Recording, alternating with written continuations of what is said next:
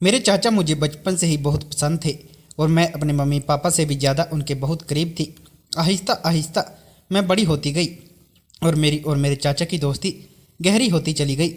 उस वक्त मैंने नई नई जवानी में कदम रखा था और अपनी सहेलियों से मर्द और औरत के बीच के रिश्ते के बारे में नई नई बातें सुन रही थी। चाचू से दोस्ती इतनी गहरी थी, मैं अपने चाचू से हर बात कर लेती थी, मगर वह मुझे अक्सर टाल देते थे।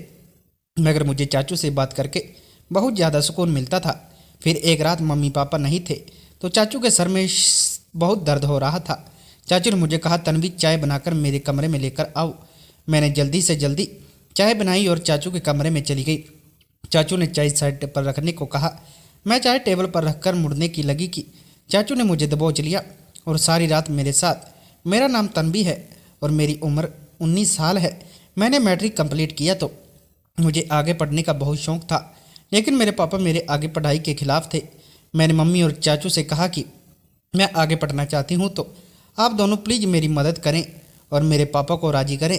मम्मी ने अपनी तरफ से बहुत कोशिश करी, लेकिन पापा नहीं मान रहे थे, क्योंकि उनका कहना था कि आजकल कॉलेज में पढ़ाई कम आशिकी ज़्यादा चलती है।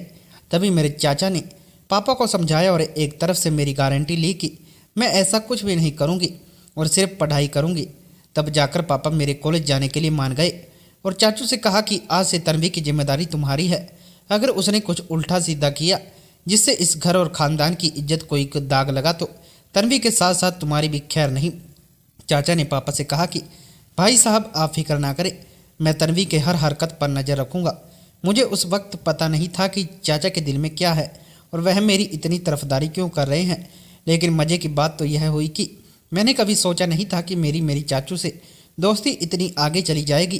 खैर कुछ ही दिनों में चाचू ने मेरे साथ जाकर मेरा कॉलेज भी दाखिला करवा दिया। पहले पहले तो मैं खूब दिल लगाकर पढ़ाई करने लगी और कॉलेज में किसी के साथ ज़्यादा फ्री नहीं होती थी। जो भी कॉलेज में होता रात को चाचू को बता देती। चाचू भी मेरे साथ बहुत ही फ्री होने लगते और मुझे लगता वह मुझे बहुत ही अजीब नज़रों से देखते हैं, क्योंकि उनकी बीवी गाँव में रहती थी और वह नौकरी के सिलसिले में हमारे घर पर रहते थे। फिर कॉलेज में मेरी दोस्ती एक लड़की से हो गई, जिसके साथ दोस्ती करने के बाद मेरी ज़िंदगी बदलने लगी, क्योंकि उस सहेली ने मुझे बताया कि मेरी मंगनी हो चुकी है। उसने मुझे एक दिन अपने मंगेतर से मिलाया भी। मेरी सहेली ने मुझे बताया हमारी शादी तय हो चुकी है, इसलिए हम दोनों एक दूसरे के साथ हर हद पार कर चुके हैं और हम दोनों कोई पर्दा नहीं है। उसके बाद मैं अपनी उस सहेली से वह कुछ भी जानने लगी जिसे जानने की अभी शायद मेरी उम्र नहीं थी, या फिर मेरी उम्र ऐसी थी कि मैं यह सब बातें जानकर आसानी से गलत रास्ते पर चली जाती। और फिर ऐसा ही होने लगा, मुझे भी इन बातों में दिलचस्पी होने लगी। मेरी किसी लड़के से तो दोस्ती नहीं थी, इसलिए मैं जब ऐसी बातें सोचती तो मेरे दिमाग में खुद ब खुदा चाचू का ख्याल आ जाता और फिर मैं अपने दिमाग को झटक देती और ख़ुद को कहती कि तन्वी यह क्या कर रही हो, बेहुदा बातें सोच रही हो। वह मेरे चाचू हैं, लेकिन फिर चाचू की बातें और उनका रवैया भी मेरे इस सोच को बढ़ावा देता है। लेकिन चाचू के दिल की बातें मैं अब भी नहीं जानती थी। कभी कभी तो मुझे लगता था वह भी शायद यही सब सोचते हैं, लेकिन कभी कभी उनका रवैया मुझसे बिल्कुल सख्त हो जाता और वह मुझे याद दिलाते कि तुम्हारे पापा कितने सख्त हैं और अगर तुमने कोई भी गलती की तो तुम्हारे साथ साथ मेरा भी बुरा हाल कर देंगे। उनकी यह बातें सुनकर मैं खुद को कंट्रोल करती, लेकिन कहते ही है ना कि जवानी तो अंधी होती है। जैसे ही कॉलेज जाती फिर वही सब बातें सुनने को मिलती। फिर मैं कॉलेज से घर वापस आकर अपने दोस्तों की बताई हुई बातों को सोचने लगती। उस दिन मेरे चाचू जॉब से वापस आए तो आकर बैठ गए और कहने लगे, क्या सोच रही हो तन्वी? वह भी इतनी गहराई से। मैंने चाचू की तरफ एक अदा से देखा और उनसे कहा, चाचू आपको पता है मेरी दोस्त ने मुझे आज क्या बताया है? हर बार की तरह आज भी मेरे चाचू ने अपने दिल की बातें शेयर करने लगी। मेरे बचपन से आदत थी कि मैं अपनी हर बात चाचू को बताती थी, फिर वह चाहे कैसी भी बातें क्यों ना हो। चाचू भी मुझे ऊपर से नीचे देखते हुए बोले, हाँ बताओ क्या बताया है तुम्हारी दोस्त ने तुम्हें? मैंने उन्हें कहा, मेरी दोस्त मुझे बता रही थी कि इंटरनेट पर बहुत किस्म की वीडियो होती हैं, जिन वीडियो में हर तरह की मालूमात मिल जाती है। तो मैं यह कह रही थी कि आपके पास भी मोबाइल है और साथ ही नेट का पैकेज भी लगाते हो, आपने वह वीडियो देखी होंगी, तो क्यों ना हम दोनों मिलकर वीडियो देखें और इंटरनेट हासिल करें। मैंने यह बात अपने चेहरे चाचा के नज़दीक लाकर रगरोसी वाले अंदाज में कही। वह फटी हुई निगाहों से मेरी तरफ देखने लगे। मुझे लगा जैसे वह मुझे अच्छी खासी डांट लगा देंगे, लेकिन फिर अचानक उन्होंने मुझे गौर से देखा और फिर शायद दिल ही दिल में कुछ फैसला किया हो और फिर वह मुस्कुरा पड़े और मुझे खरगोशी वाले अंदाज में कहने लगे, ऐसी बातें अपनी मम्मी पापा के सामने मत करना, वरना तुम्हारा बाप तुम्हारा तो बुरा हाल करेगा ही, मगर साथ में मुझे भी घूर से निकाल देगा, क्योंकि मैंने तुम्हारी जिम्मेदारी ली हुई है और फिर मेरे लिए रहने का प्रॉब्लम बन जाएगा। बाकी रही वीडियो देखने की बात, तो तुम रात के वक्त मेरे कमरे में आ जाना, मैं तुम्हें हर किस्म की वीडियो दिखा दूंगा। चाचू की आंखों में एक चमकीली शरारत थी जो उस वक्त मुझे समझ नहीं आ रही थी। उसके बाद चाचू अपने कमरे में चले गए और मैं पढ़ाई करने लगी और आने वाले वक्त के बारे में सोचने लगी। मेरा दिल अब किताबों में नहीं लग रहा था और बस रात का इंतजार होने लगा। सोचने लगी लेकिन पढ़ाई करना भी बहुत ज़रूरी था, क्योंकि पढ़ाई के मामले में चाचू बहुत सख्त थे और मुझे कहते थे सबसे पहले तुम्हारी पढ़ाई और बाकी मौज मस्ती बाद में। और उनका कहना था कि अगर तुम पढ़ाई में अच्छी रहोगी तो तुम्हारे पापा भी समझेंगे कि मेरी बेटी वाकई कुछ कर सकती है और फिर तुम्हारी आज़ादी के दरवाजे तुम्हारे लिए खुलते चले जाएंगे। उनकी यह बात मुझे भी बिल्कुल ठीक लगती थी, इसलिए मैंने अपने दिल से सारी बातें निकाली और मन लगाकर अपना कॉलेज का काम करने लगी और जल्दी जल्दी सारा काम ख़त्म कर दिया। जैसे तैसे रात करीब आ रही थी, मेरे दिल भी हलचल हो रही थी। फिर जब मैं सारे कामों से फ्री हुई तो रात को देर में चाचा के कमरे में चली गई। मैं जब कमरे में गई तो चाचू लड़कियों की मैगजीन देख रहे थे। मुझे देखते ही वह मुस्कुराने लगे। उन्होंने वह मैगजीन छुपा दी। सर्दियों का मौसम चल रहा था और दिन बदियां बढ़ती जा रही थी। आज रात दो सर्दी बहुत ज़्यादा थी, इसलिए मैं जाते ही चाचा के बिस्तर में घुस चाचा के पास बैठ गई और चाचू से लगाकर उनसे कहा, अब मुझे जल्दी से वह वीडियो दिखा दे, नहीं तो फिर पापा के आने का टाइम हो जाएगा। फिर चाचू भी बिना टाइम वेस्ट किए मुझे वीडियो दिखाने लगे। वीडियो देखते ही मेरे अंदर कुछ बदलाव महसूस होने लगे, लेकिन इत्तेफाक से हमने अभी चंद वीडियो ही देखी थी कि पापा हमारे कमरे में आ गए। पापा आते ही मुझसे कहने लगे, इतनी रात के वक्त चाचू के कमरे में क्या कर रही हो, चलो अपने कमरे में चली जाओ। पापा बहुत ही सख्त मिजाज के थे और मैं उनसे काफ़ी डरती हुई थी। तो जैसे ही पापा ने सख्त अंदाज में कहा, मैं सब कुछ भूल गई और जल्दी से जल्दी अपने कमरे में गई। मैंने सोचा जैसे ही पापा चाचू के कमरे से निकलकर अपने कमरे में जाएंगे तो फिर मैं चाचू के कमरे में चली जाऊंगी।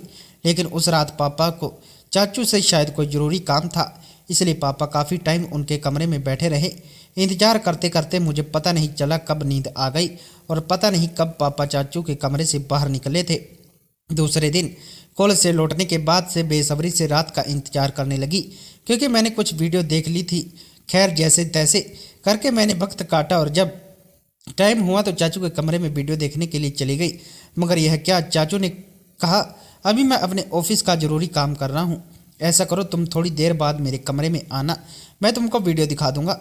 मैं जो सुबह से वीडियो देखने के लिए बेताब हो रही थी तो चाचू पर थोड़ा गुस्सा करके बैठ गई। मेरे मोबाइल पर पैकेज लगा हुआ था, तभी मेरे इंटरनेट किसी न्यू नंबर से मैसेज आया। उसकी भेजी हुई तस्वीर देखकर मेरी आंखें फटी की फटी रह गई। मैं अभी उस तस्वीर को देख रही थी कि उस आदमी के मैसेज आने लगे। वह काफ़ी रूमानी अंदाज में चैट कर रहा था। मैं जब पहले ही बेताब थी तो मैं भी उसको उसी अंदाज में जवाब देने लगी।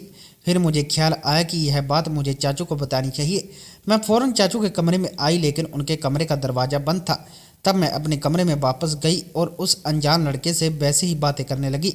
मैं मोबाइल पर उस वक्त मैसेज बात कर रही थी जब मैंने उसे कहा कि मैं तुमको देखना चाहती हूँ और उसको वीडियो कॉल पर बात करने को कहा। उसने मना कर दिया। इस टाइम मैं अपने कमरे में बाहर निकली तो मेरी नज़र चाचू पर पड़ी। वह उस वक्त अपने कमरे से निकलकर सीढ़ियाँ चढ़ते हुए छत पर जा रहे थे और उनके हाथ में मोबाइल था। मुझे हैरत हुई कि वह रात के इस वक्त छत पर क्यों जा रहे हैं। रात के 12 बज रहे थे। मुझे नींद भी आ रही थी, लेकिन मेरे दिमाग में यह शक आ गया कि कहीं चाचू ही तो मुझे नंबर मैसेज तो नहीं कर रहे। खैर मैं यही बातें सोते सोते अपनी चाचू के ख्यालात में पता नहीं कब नींद के वादियों में खो गई और एक ख्वाब देखा जिसमें चाचू मेरे साथ और बोल रहे थे, इसी काम को करने के लिए तो मैंने तुमको रंग नंबर भेजा किसी तरह। तभी मेरी आंख खुल गई। सुबह सुबह मैंने देखा चाचू का मूड बहुत खुश था।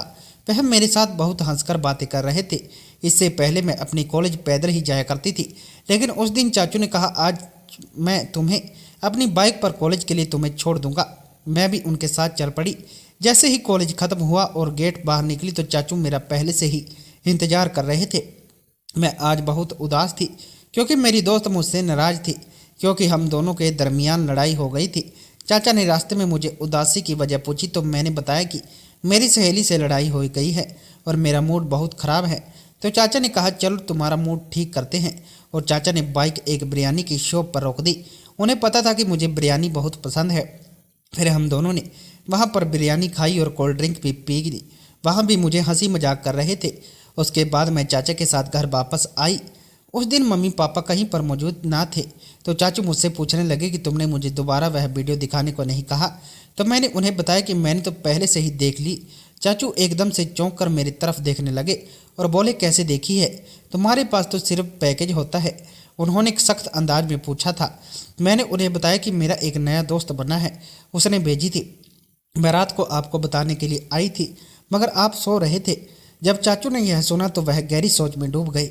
वह बोले अच्छा तुम अभी जाओ, अपने कपड़े चेंज करके आओ, तब तक मैं खाना लगाता हूँ।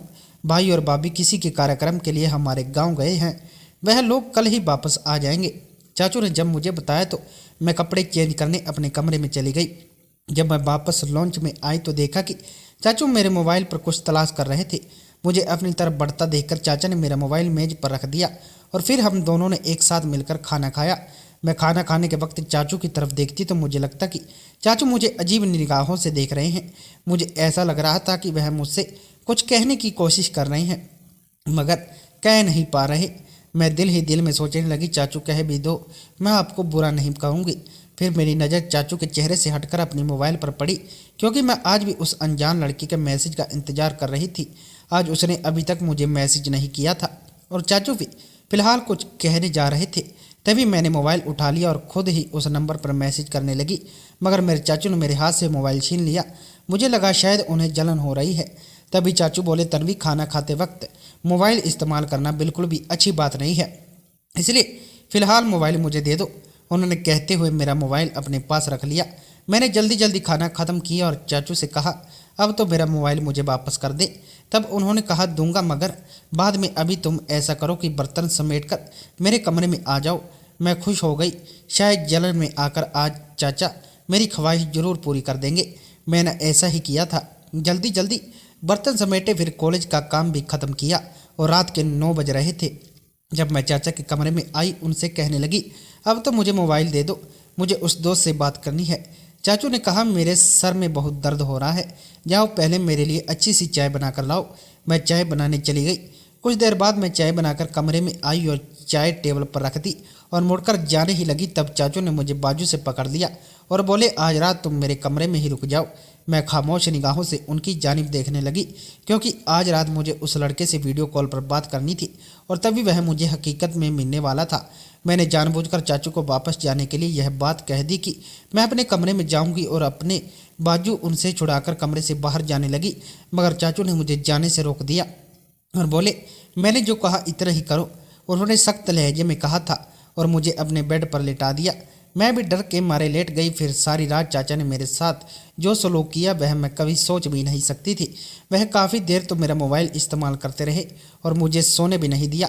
जब रात के 12 बजे तो उन्होंने मुझे कहा तुम देखना चाहती हो ना कि वह लड़का कौन है जो तुम्हें वीडियो और तस्वीर भेजता है। चाचू की बात सुनकर मैं खुश हुई और बोली हाँ मैं देखना चाहती हूँ। चाचू ने मेरा मोबाइल मेरे हाथ में थमाया और कहा देखो। उसकी कोई तस्वीर देखकर मेरे होश उड़ गए, क्योंकि वह लड़का मेरी दोस्त का मंगेतर था। मैं फटी फटी आंखों से चाचू की तरफ देखने लगी। मेरी आंखों से आंसू निकल पड़े। फिर चाचू बताने लगे कि तुमने जब मुझे उस लड़के के बारे में बताया तो मैं समझ गया कि जरूर कोई तुम्हें बेवकूफ़ बना रहा है। तभी मैं तुम्हारे मोबाइल से तुम बनकर उसे मैसेज पर बात कर रहा हूँ। वह तुम्हारी तस्वीर बनाकर सोशल मीडिया पर डालने वाला था। अगर मैं उसे ना डराता तो धमकी ना देता तो तुम बर्बाद हो जाती और ख़ानदान की इज्जत खराब हो जाती और तुम्हारे पापा तुम्हारे और मेरा हशर करते। वह अलग तन्वी तुम्हारी यह उम्र कुछ अच्छा सीखने की है। ऐसी बुराई वाली बातों से, इन कामों से खुद को बचाकर रखो। तुम जब मुझसे ऐसी बातें करती थी तब मैं उन बातों को तुम्हारा बचपन और मजाक समझकर टाल देता था, मगर फिर मुझे एहसास हुआ कि मुझे टालने के बजाय तुम्हें किसी तरह से समझाना चाहिए। तभी मैंने तुमसे सख्ती से समझाने के बजाय तुमसे दोस्ती बढ़ाई। अगर उस वक्त मैं तुमको सख्ती से समझाने की कोशिश करता तो शायद समझने के बजाय तुम बागी हो जाती, फिर मुझसे बातें शेयर न करती और मुझसे दूर होकर दूर लोगों के जंगल में फंस जाती। चाचू की बात सुनकर मैं फूट फूट कर रोने लगी। उन्होंने मुझे दिलासा देकर खामोश करवाया और समझाया कि मैं कॉलेज में ऐसी लड़कियों से दोस्ती करूं जो पढ़ाई में तेज हो, ना कि बुरे कामों में। मैंने भी चाचू से कह दिया मैं अब सिर्फ अपनी पढ़ाई पर ध्यान दूंगी, ना कि ऐसी लड़कियां और लड़के के बुरे कामों में पड़ूंगी। तो दोस्तों, अगर आपको कहानी पसंद आई है तो वीडियो को लाइक करें और चैनल को सब्सक्राइब करना मत भूलना।